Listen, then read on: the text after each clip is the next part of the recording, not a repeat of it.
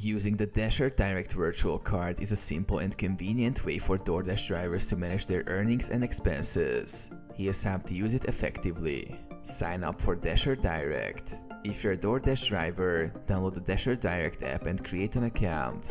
This service is available to eligible Dashers. Access your virtual card. Once your account is set up and approved, navigate to the virtual card section within the app. You will find your virtual card details, including the card number, expiration date, and CVV. Fund your card. Your Dasher Direct virtual card is automatically funded with your DoorDash earnings.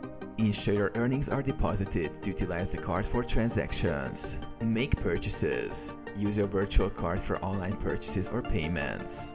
At checkout, select the credit or debit card option and enter your Dasher Direct card details. Manage transactions. Track your spending through the Dasher Direct tab, where you can view transaction history and monitor your balance. Use for expenses. Utilize the card to cover business-related expenses such as fuel, maintenance, or supplies.